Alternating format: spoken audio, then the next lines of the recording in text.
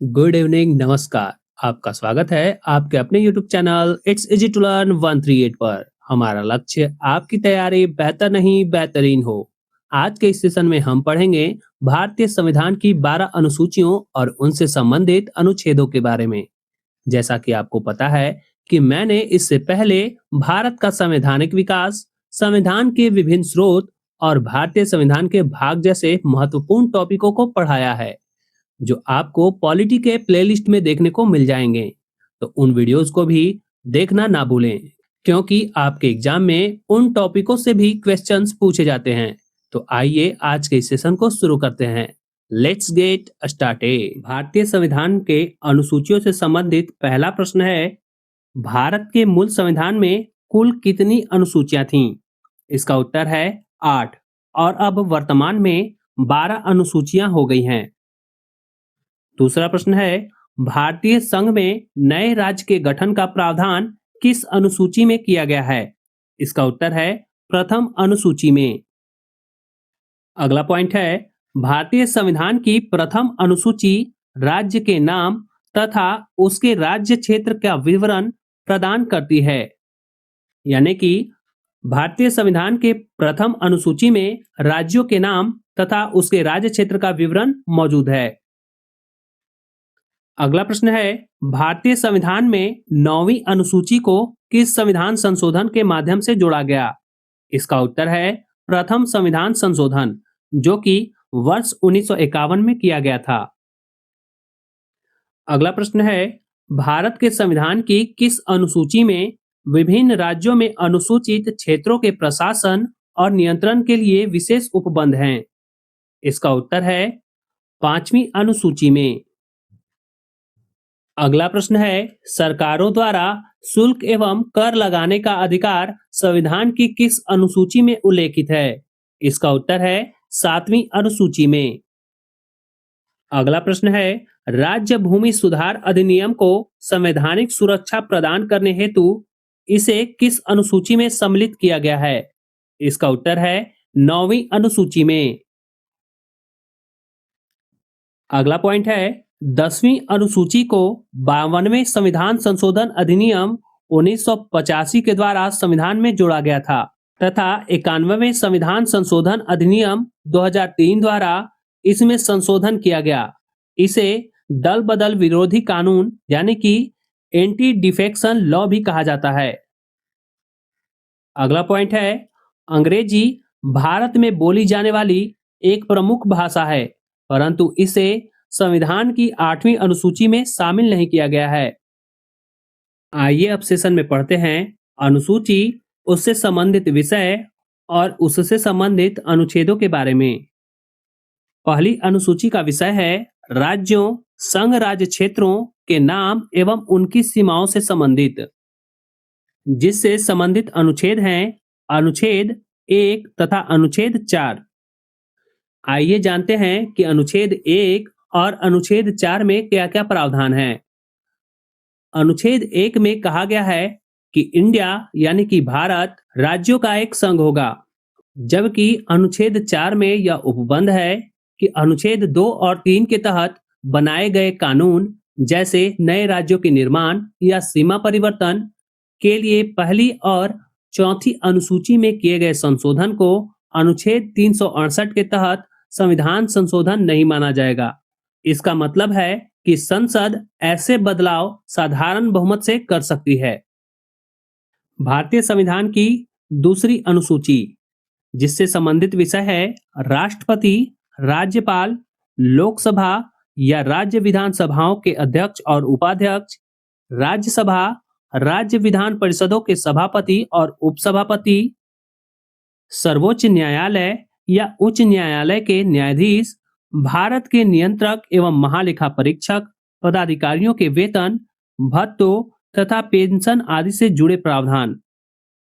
और इनसे संबंधित अनुच्छेद है अनुच्छेद 59 का खंड 3, अनुच्छेद 65 का खंड 3, अनुच्छेद 75 का खंड 6, अनुच्छेद 97, अनुच्छेद 125, अनुच्छेद 148 का खंड 3, अनुच्छेद 158 का खंड 3, अनुच्छेद 164 का खंड 5, अनुच्छेद 186 और अनुच्छेद 221। तो आइए अब जानते हैं कि इन संबंधित अनुच्छेदों में क्या-क्या वर्णित है। अनुच्छेद 59 के खंड 3 में यह उल्लेखित है कि राष्ट्रपति बिना किराए अपने शासकीय निवासों के उपयोग का हकदार होगा और ऐसी उपलब्धियों, भत्तों और विशेषाधिकारों का भी हकदार होगा जो संसद विधि द्वारा अवधारित करे। अनुच्छेद 65 के खंड 3 में यह वर्णन है कि जब उपराष्ट्रपति राष्ट्रपति के रूप में कार्य करता है तो उसे राष्ट्रपति की सभी शक्तियां और उन्मुक्तियां प्राप्त होंगी। अनुच्छेद 75 का खंड 6 में यह उल्लेखित है कि मंत्रियों के वेतन और भत्ते ऐसे होंगे जो संसद समय समय पर विधि द्वारा अवधारित करे। वहीं अनुच्छेद 97 में राज्यसभा के सभापति और उपसभापति तथा लोकसभा के अध्यक्ष और उपाध्यक्ष के वेतन और भत्तों से संबंधित है। बात करें अनुच्छेद 125 की, तो अनुच्छेद 125 का संबंध उच्चतम न्यायालय के न्यायाधीशों के वेतन और भत्तों से संबंधित है, जबकि अनुच्छेद 148 का खंड 3 में कैग के वेतन और सेवा की अन्य शर्तें उल्लेखित हैं। अनुच्छेद 158 के खंड 3 में यह वर्णित है कि जब एक ही व्यक्ति को 2 या 2 से अधिक राज्यों का राज्यपाल नियुक्त किया जाता है तो वहां उसे दिए जाने वाले वेतन और भत्ते उन राज्यों के बीच ऐसे अनुपात में आवंटित किए जाएंगे जो राष्ट्रपति आदेश द्वारा निर्धारित हो। अनुच्छेद 164 का खंड 5 में यह उल्लेखित है कि मंत्रियों के वेतन और भत्ते राज्य विधानमंडल विधि द्वारा निर्धारित होगा। बात करें अनुच्छेद 186 की, तो अनुच्छेद 186 का संबंध राज्य विधानमंडल के अध्यक्ष और उपाध्यक्ष तथा सभापति एवं उपसभापति के वेतन और भत्तों से है, जबकि अनुच्छेद 221 में यह वर्णित है कि उच्च न्यायालय के न्यायाधीशों के वेतन और भत्ते संसद द्वारा बनाए गए कानून के अनुसार होंगे। तीसरी अनुसूची में संघ राज्य मंत्री, संसद या राज्य विधानमंडल के सदस्य व चुनाव के प्रत्याशी, न्यायाधीश आदि द्वारा ली जाने वाली शपथों या प्रतिज्ञानों के प्रारूप दिए गए हैं, जिससे संबंधित अनुच्छेद हैं अनुच्छेद 75 का खंड 4, अनुच्छेद 84, अनुच्छेद 99, अनुच्छेद 124 का खंड 6, अनुच्छेद 148 का खंड 2, अनुच्छेद 164 का खंड 3, अनुच्छेद 173, अनुच्छेद 188 और अनुच्छेद 219। आइए जानते हैं कि इन अनुच्छेदों में क्या-क्या वर्णित है। अनुच्छेद 75 के खंड 4 में उल्लेखित है कि किसी मंत्री द्वारा अपना पद ग्रहण करने से पहले राष्ट्रपति उसे पद की और गोपनीयता की शपथ दिलाएगा।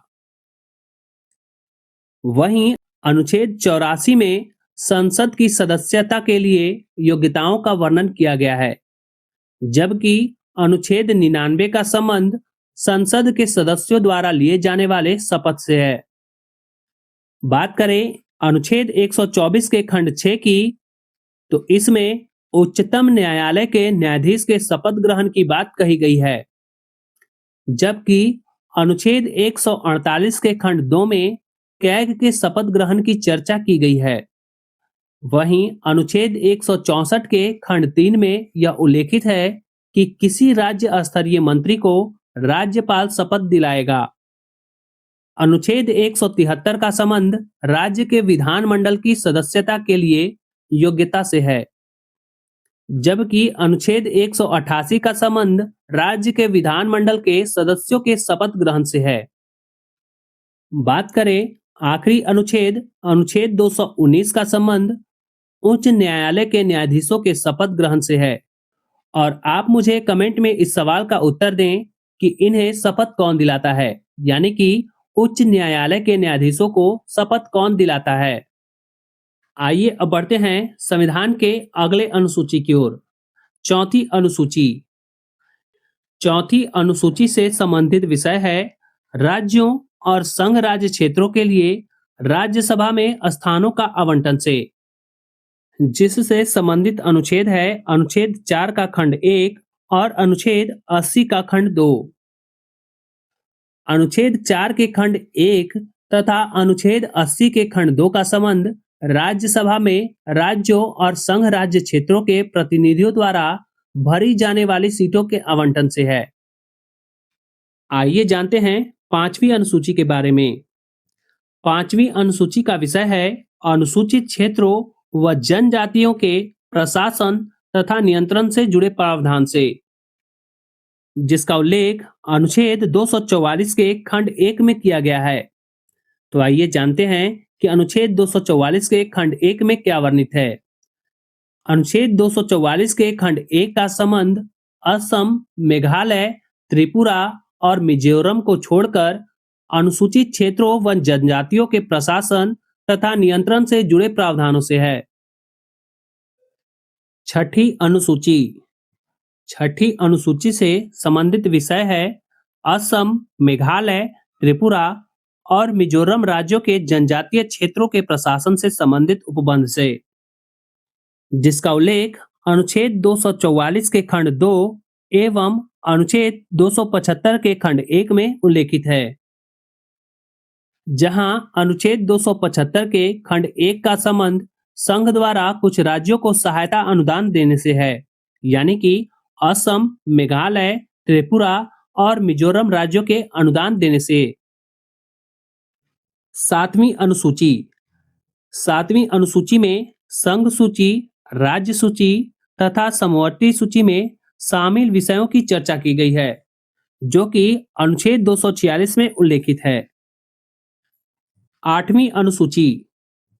आठवीं अनुसूची में संविधान द्वारा मान्यता प्राप्त 22 भाषाओं की सूची है, जो कि अनुच्छेद 344 के खंड 1 और अनुच्छेद 351 में उल्लेखित है। आइए जानते हैं कि अनुच्छेद 344 के खंड 1 में क्या उल्लेखित है। अनुच्छेद 344 का खंड 1 राष्ट्रपति को संविधान के प्रारंभ से 5 वर्ष की समाप्ति पर और उसके बाद 10 वर्ष की समाप्ति पर राजभाषा के संबंध में एक आयोग गठित करने का अधिकार देता है। वहीं अनुच्छेद 351 का संबंध हिंदी भाषा के विकास के लिए निर्देशों से है। नौवीं अनुसूची। इसमें भूमि सुधार व जमींदारी उन्मूलन से संबंधित अधिनियम, नियम, विनियम आदि जिन्हें न्यायिक पुनर्विलोकन से बचाने के लिए इसमें सम्मिलित किया गया था, इसकी चर्चा अनुच्छेद 31 के खंड ख में वर्णित है। 10वीं अनुसूची। 10वीं अनुसूची में संबंधित विषय है दल बदल के आधार पर संसद और विधानसभा के सदस्यों की निर्भरता से संबंधित उपबंध, जिसका उल्लेख अनुच्छेद 102 के खंड 2 एवं अनुच्छेद 191 के खंड 2 में वर्णित है। अनुच्छेद 102 के खंड 2 का संबंध संसद के किसी सदन के सदस्य की अयोग्यता से और अनुच्छेद 191 के खंड 2 का संबंध राज्य विधानसभा या विधान परिषद के सदस्यों के अयोग्यता से है। 11वीं अनुसूची, जिसमें पंचायतों की शक्तियां व उत्तरदायित्व निर्धारित किए गए हैं, जिसका उल्लेख अनुच्छेद 243 के खंड 6 में उल्लेखित है। बात करें संविधान के 12वीं और अंतिम अनुसूची की, तो इसमें नगर पालिकाओं की शक्तियां व उत्तरदायित्व निर्धारित किए गए हैं, जो कि अनुच्छेद 243 के खंड ब में उल्लेखित है।